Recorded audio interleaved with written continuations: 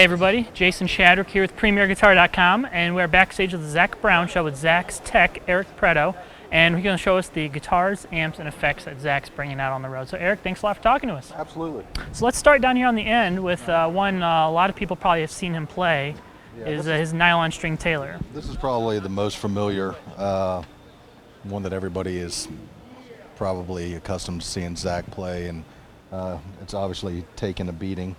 So this is built by Taylor and nylon, obviously, using D'Addario strings. The EJ44s on here. Guys, Bob Taylor and Andy and Tim and Rob, all there, great supporters of us. So this is the main one, and like I said, it's taking a beating. So a little bit of packing tape. Is that the secret, packing tape? Yeah, that's really the secret, is packing tape to keep from getting splintered. So he doesn't like the pick guard necessarily because he hits it with his finger. So packing tape or a little bit of Scotch tape seem to keep the splinters out of his fingers. And hex pickup. Is it pretty stock off the shelf, or did he do anything to it once he got it? No, these are prototypes that they're built for Zach because he's playing in a drop tuning, which is everything is half set down. So built so the strings aren't so floppy. So these are both prototypes, and this is the new one that he just got in. And how much of the show in a typical night does he play on that guitar? It's probably 70% of the show is on the nylons, and usually have between 2 or 3 out here because he's capoing them in different positions, so they are switched off. So on that level, you'll see him switch between the nylons because of different tunings for songs. If they're back to back and one's capoed on the second position or one's not capoed. So. Yeah. But they're all half step down? They're all a half step down, correct. This is the one that just came in, played for the first time yesterday. Now this one does have a bit of a pick guard on it. This one has a bit of a pick guard, the Jack Daniels guitar. So with their sponsorship, Taylor built this one, and it's good sounding guitar. Set up exactly the same. So that's kind of the key, is trying to hand Zach 2 guitars that are familiar in feel, so that depending on whatever tune, it's not a foreign object in his hand. And again, same thing, half step down and everything. Then when he does play electric, this has been his go-to for the last few weeks. He had, and this one is a Collings that out of Austin they built for him, which, like I said, this is, if he's going to play electric, this is his go-to as of late. So. And what tunes does he pull this one out for? This will be for Uncaged, Who Knows, Colder Weather, and let's see what else he's got. Uncaged, Colder Weather, Who Knows, and Whiskey's Gone, which has been incorporated in the set list and set list changed, but those have been the ones that have popped up, recently. Does he change the set list every night?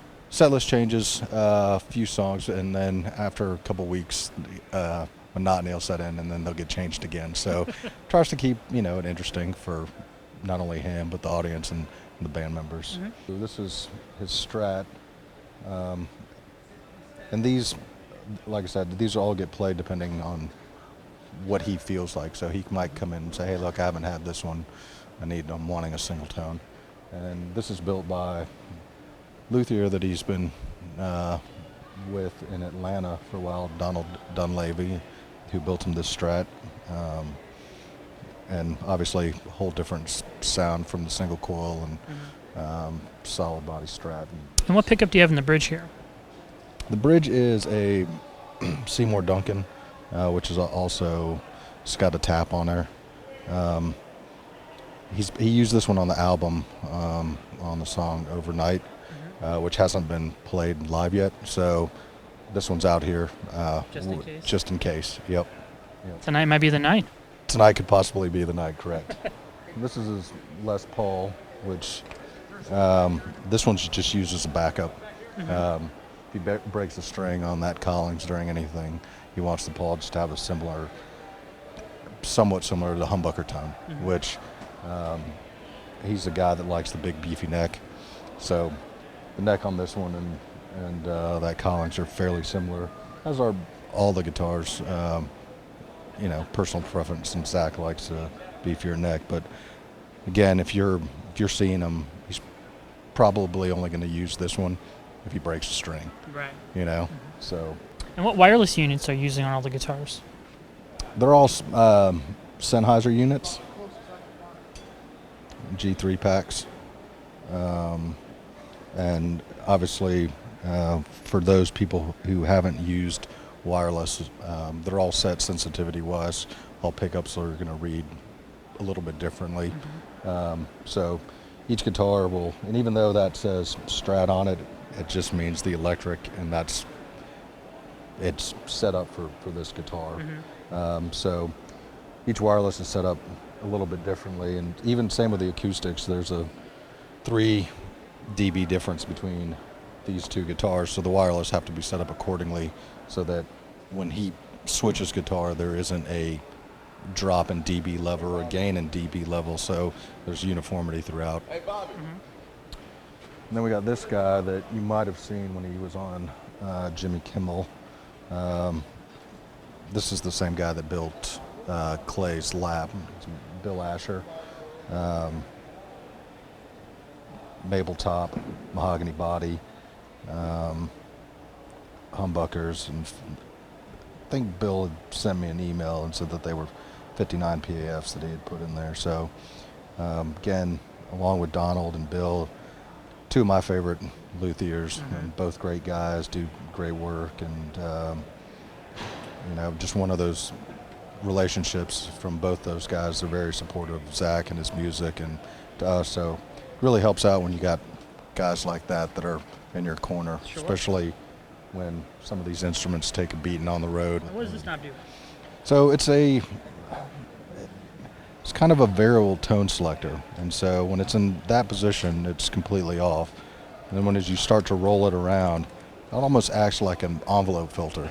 So you can get all sorts of different sort of tones. Zach is not really using that. It's in this position at all times. It's off, and volume and tone. Master volume, master tone. Yes. And last but not least, we have a resonator here. What tunes does he use this resonator out on? So the resonator is used on tune on the new album called Annie.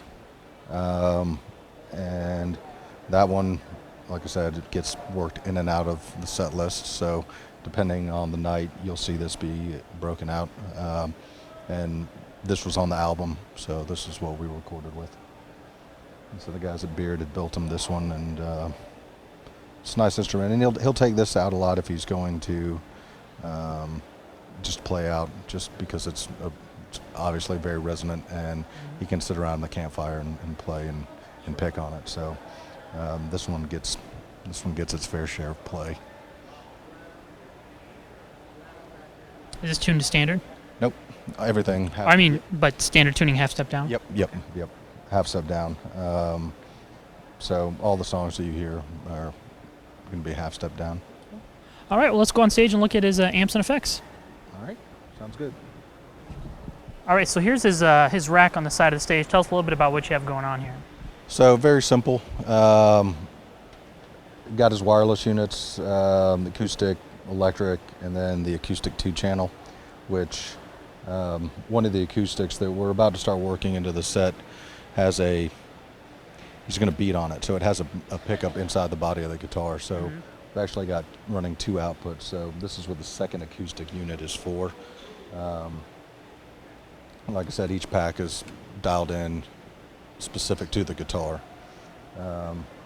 So then we got the loom that's coming out of here to his pedal board. We're running everything through radial. Acoustic is running through the tone bone.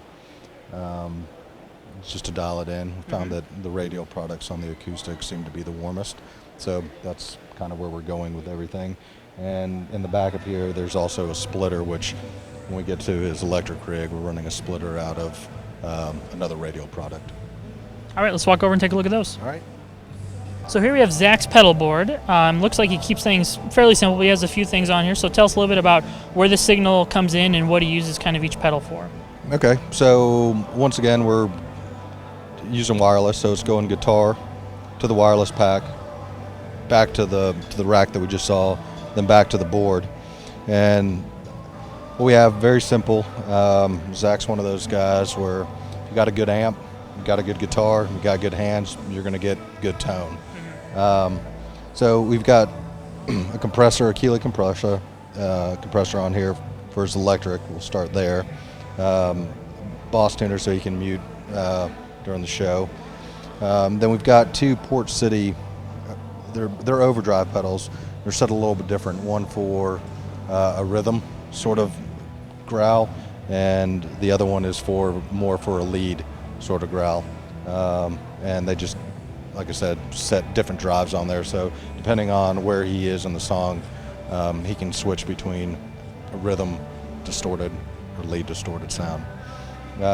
And are these pedals in line with the amp, or is there a switcher and they're on a separate loop each pedal? No, they're in line. They're in line. And then I just got him this Strymon, this El Cabestan that we haven't incorporated into the shows yet because he just hasn't explored all the possibilities that it's capable of doing. But during sound check, we come out and played with it, and it's got endless possibilities. So I think he's intrigued with the options that are built into this pedal, and at some point in time it'll get incorporated into the rig. So you see it there now, but it's not being used in the chain as the show stands now. And tell us about the two equalizer pedals you have here. So the two equalizer pedals are for his acoustics, and it's just same thing, wireless to the rack, back to here to a tuner, and to the equalizer. They're all flat. It's just used as a boost. So it's maybe 5 to 7 dB boost that is kicked on during the hard picking stuff, just to give him a little bit extra. And you'll notice when he kicks something on during the acoustic, that's what it is. Just a boost. And then from out of your pedal board, he has two Fender amps sitting on either side of us. Tell us a little bit about these. So the two Fenders, they are 65 Supers, and they are running, we're splitting the signal. So it's signal coming off the board, split by a radial. So both amps are seeing the exact same signal. The only difference is we have this one dialed in with stock Fender speakers that were in the 65, which give him a little bit of a cut tone. So there's a little bit more treble, a little bit more of a mid-range cut in there, which if he steps to one side, he can get that within the context of the band. The stage right amp is the body amp, and we're using tone tubbies in that. Guy there that just recently passed away, John Harrison, I've been a fan of his speakers for years, and so he sent out some tents, and once again, just like Clay's rig, splitting between alnicos and ceramics. So you're seeing the exact same signal from the electric guitar to the 265 Supers. They're just dialed in a little bit different, and front of house is able to blend the two, so you kind of can get the characteristics out of both. And Zach will, depending on what he wants to hear, will kind of lean from side to side. So if he's wanting to feel a little bit more bottom end, he's moving to the stage right side. If he's needing a little bit more cut, he's going to the stage left side. If he wants that happy medium, he's standing at his mic position to get what he wants. You know? So when we're watching him, we can kind of tell what sound he's looking for by what side of the stage he's on. Yep. All right, Eric, well, thank you so much for walking us through Zach's rig. Absolutely. Thanks, guys, for coming on out. This is Jason Shadrick with PremierGuitar.com.